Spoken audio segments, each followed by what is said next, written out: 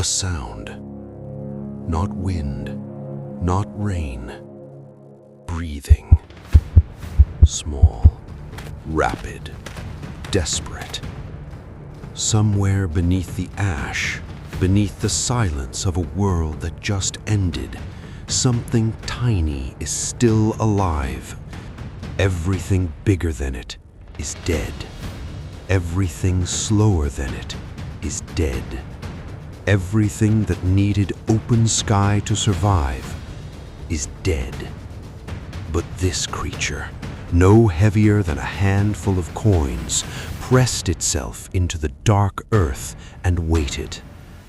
And here is the question that should haunt you for the next 10 minutes.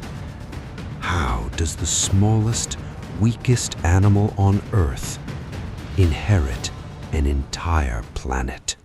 Last time the asteroid hit, the reset began. Now let's see what the reset left behind. Imagine standing on Earth 65 million years ago. Not the Earth you know. Not forests, not cities, not fields. Ash. Miles of it, drifting like gray snow across a broken landscape. The sky is the color of a bruise, yellow at the edges, dark at the center, blocking the sun for years. The rivers still run, but they carried debris. Entire ecosystems dissolved. No bird song, no insect hum, no footsteps of giants shaking the ground. Just wind moving through a world that forgot how to be alive. 75% of all species on Earth are gone inside a geological instant. The food chain, that intricate, ancient web of hunter and prey, plant and pollinator, predator and scavenger, is erased. Every role in nature sits empty. And here's what most people don't understand about extinction. It doesn't just end things. It opens doors. So who survived? Not the strongest. The strongest died first, their enormous bodies demanding food that no longer existed. Not the most specialized. The most specialized had built their entire existence around one thing. When that thing vanished, they vanished with it. What survived was something almost embarrassingly simple. Small bodies, low food requirements, the ability to eat almost anything, and a habit already ancient of hiding underground. For 150 million years, mammals had been practicing exactly this, kept small by a world that punished ambition, surviving in the margins, nocturnal, burrowing, invisible. The dinosaurs hadn't just dominated Earth. They had compressed mammal evolution into a narrow corridor for 150 million years of waiting. Then the asteroid hit, and the corridor opened into a continent. What happened next is almost impossible to overstate. Within 10 million years of the extinction, a blink in geological time, mammals had diversified into hundreds of new forms and spread across every continent on Earth. Scientists call it adaptive radiation, but that phrase doesn't capture what it actually was. It was a gold rush. Every ecological role abandoned by the dinosaurs was suddenly available, and evolution moved fast, faster than it had in millions of years, to fill them. Early giants like Pantalambda lumbered across the landscape, barrel-bodied, ungainly, almost experimental-looking. Evolution was testing a theory. The theory worked.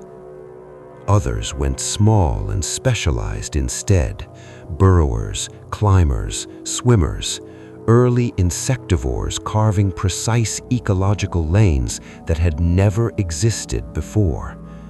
And then, one of the most audacious experiments in the history of life on Earth. Some mammals went back to the sea. This is where the fossil record does something remarkable. It catches evolution mid-sentence. Pachycetus, a wolf-sized creature, 4 legs, walked on land, but its ear anatomy, the precise bone structure deep inside its skull, was inescapably aquatic. This animal was already listening to the water. Then Ambulocetus, the walking whale, amphibious, powerful, caught between 2 worlds, powerful enough on land, drawn irresistibly to rivers and shallow coastal waters. Then gone, fully transformed into the deep. The fossils of the transition exist. The exact intermediate steps between them remain one of paleontology's most hunted mysteries. In tens of millions of years, a land mammal became the largest animal that has ever existed on this planet. It didn't plan to. Evolution never plans. It just responds relentlessly, blindly, to whatever the world rewards. And 52 million years ago, the world was rewarding something new. Something in the trees.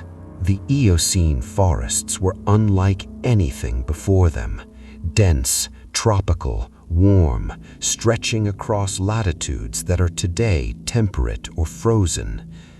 And high above the forest floor, in the canopy where light filtered through in shifting, unpredictable patterns, something small had found a home.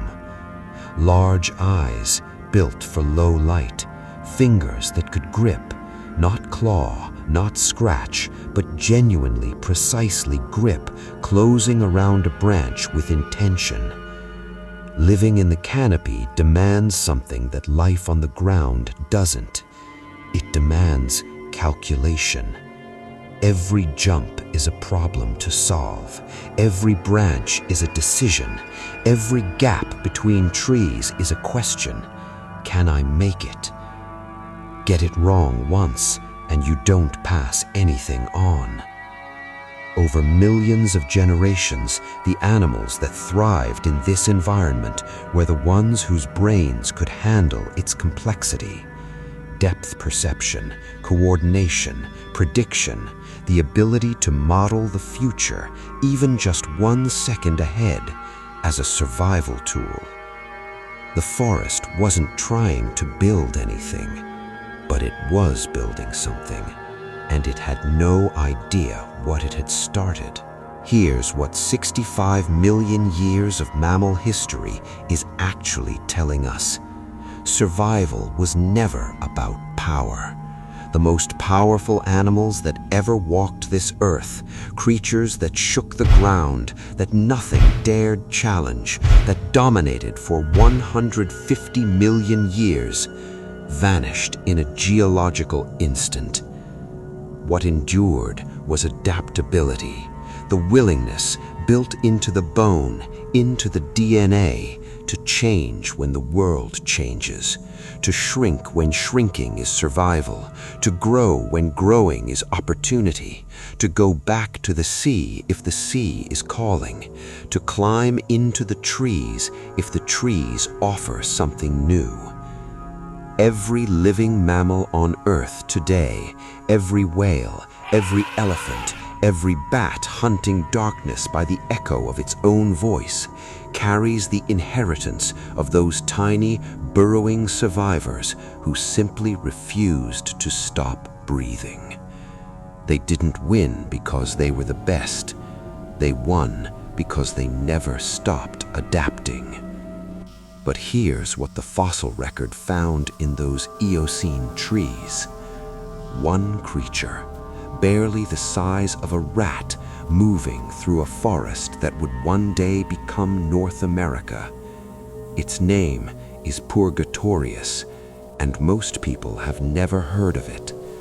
But embedded in its tiny skull, in the shape of its eye sockets, in the structure of its grasping fingers, is something that paleontologists didn't fully understand until they compared it to another species, one that wouldn't appear for another 50 million years.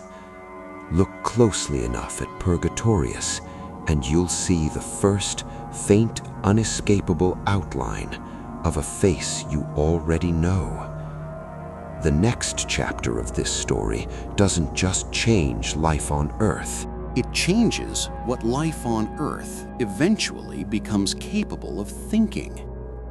And that story begins in the trees.